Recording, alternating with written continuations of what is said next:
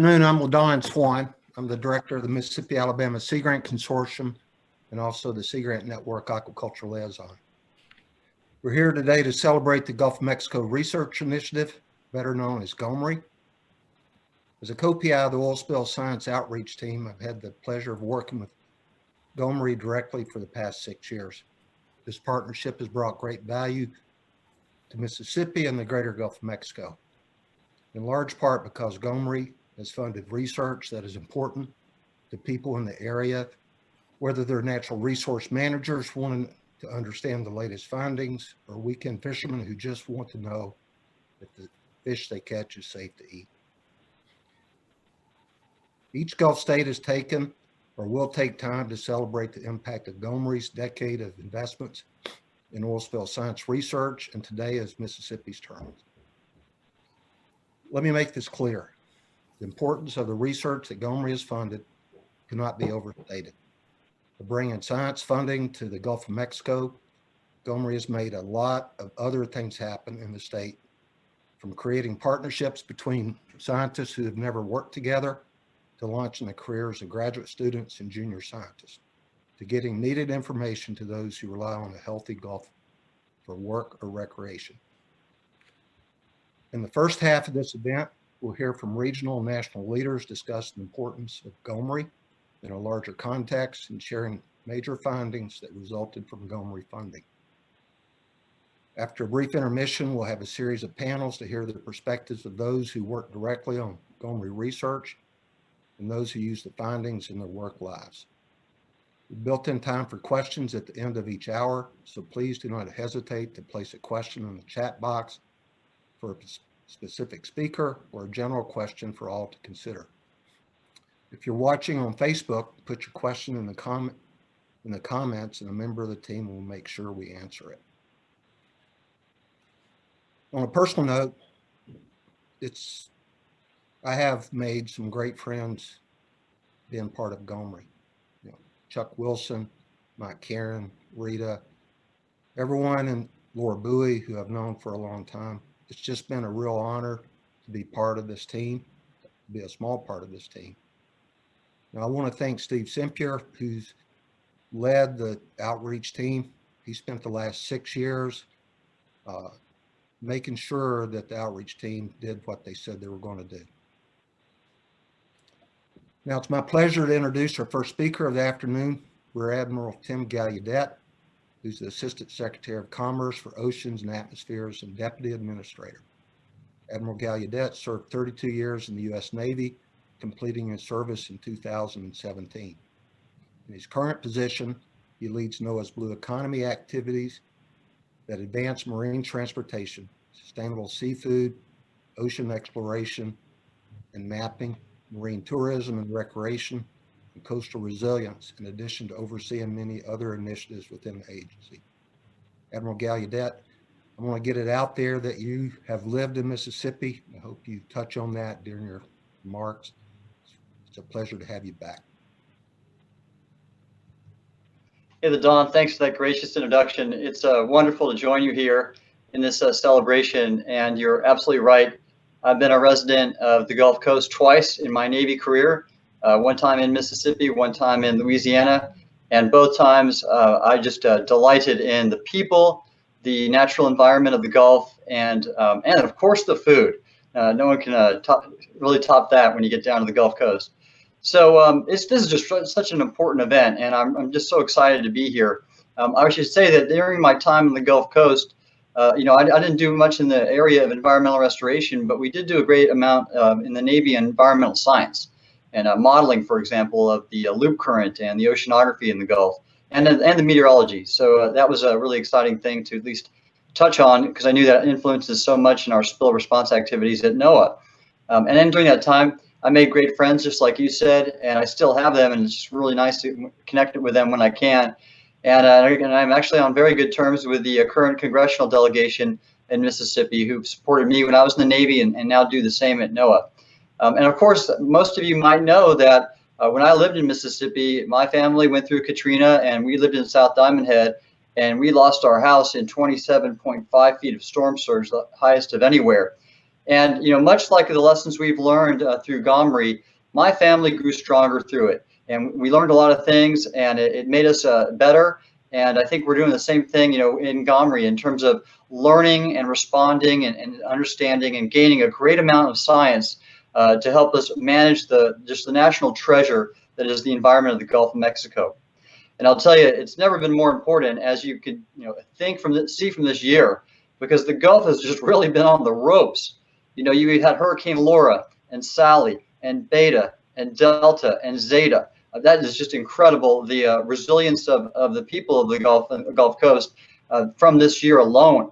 And we've had on top of that harmful algal blooms, hypoxia, as well as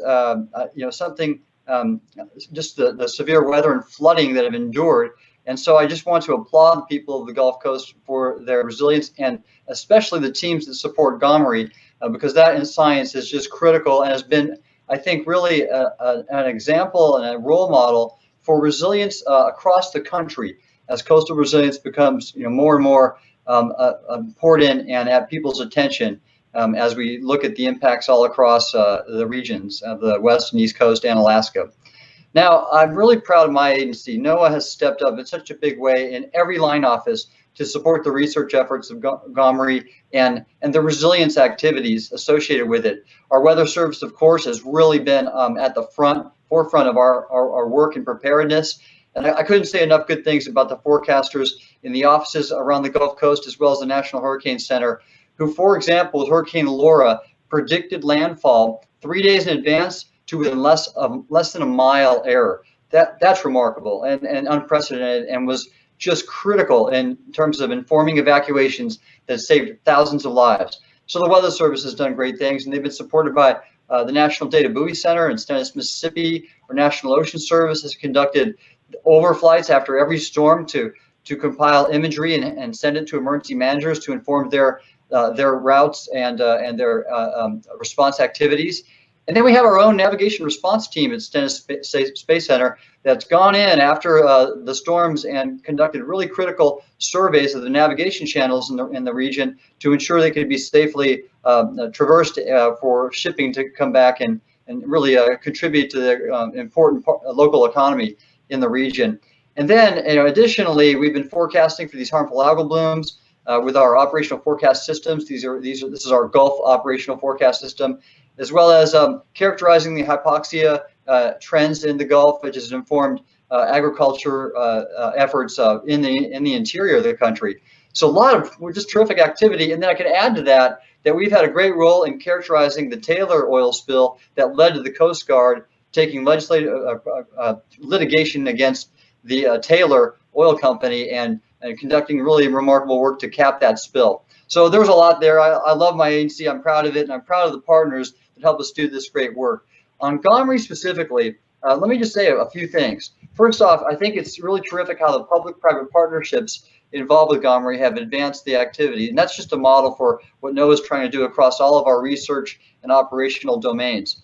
I'm also really excited about the fact that we brought in so many universities to contribute to the research, and that's really how we're able to get the most bang out of our buck is the partnerships like that. And then also we have the extension operations through Sea Grant that in words that I'm used to in the Navy have operationalized the science and really put it into practice and applied it to benefit in terms of restoration.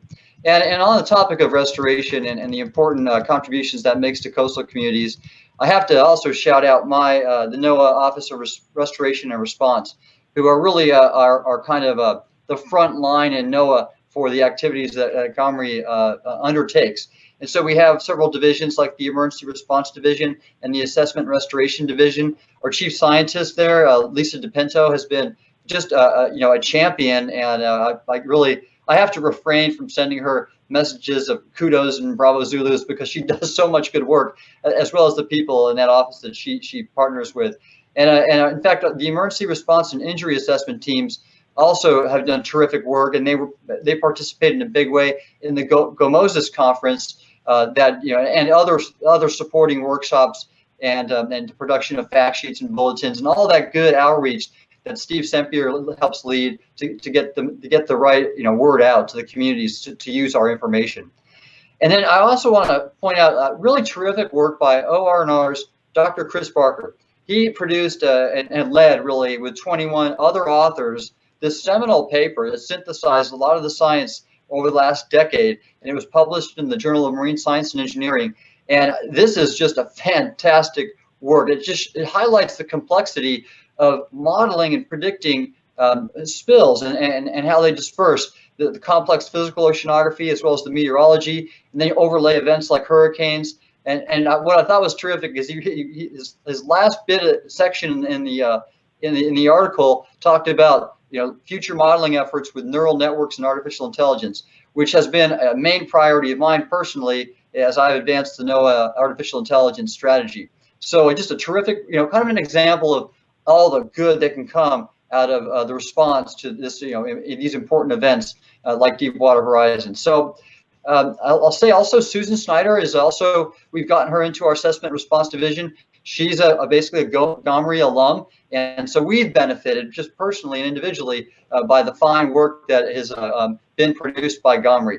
And then lastly, you'll know that our National Centers for Environmental Information, NCEI, that has a presence in the Stennis Space Center, they're in the process of compiling and keeping for records and archives all the great data that is being produced by GOMRI, so that we'll be able to access it and perform continued study in science that will benefit communities for decades to come.